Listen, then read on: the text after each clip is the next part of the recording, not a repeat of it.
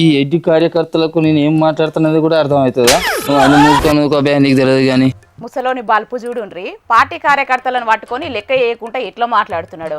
సరే గాని ఇంతకు తమరు నీ ఊళ్ళో ఏం వెలుగబెట్టిండ్లని పక్కూరికి పోయి నీతులు నీలుగుతున్నావు చెప్పు పెద్ద మనిషి. ఇప్పుడు సర్పంచ్ గా గెలిచిన మీ ఊరి సర్పంచ్ వచ్చి తాళ్ళు తుప్పిరిగాడు, ఏం పనులు చేస్తలేడు.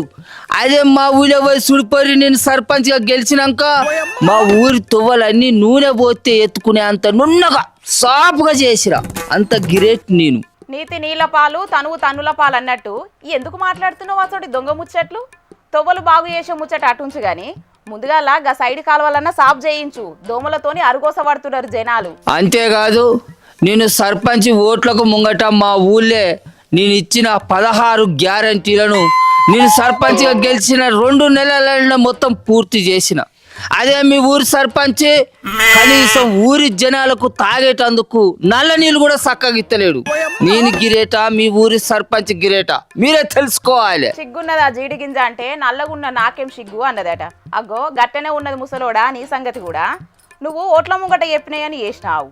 కనీసం సర్కారు ఇచ్చే నిధులన్నా చక్కగా ఖర్చు పెట్టు ముందు. నిధులంటే యాదికి వచ్చింది. నేను సర్పంచ్గా గెలిచిన 2 నెలలల్లా మా ఊళ్ళో 5 లక్షల రూపాయల పన్నులు వసూలు చేసిన.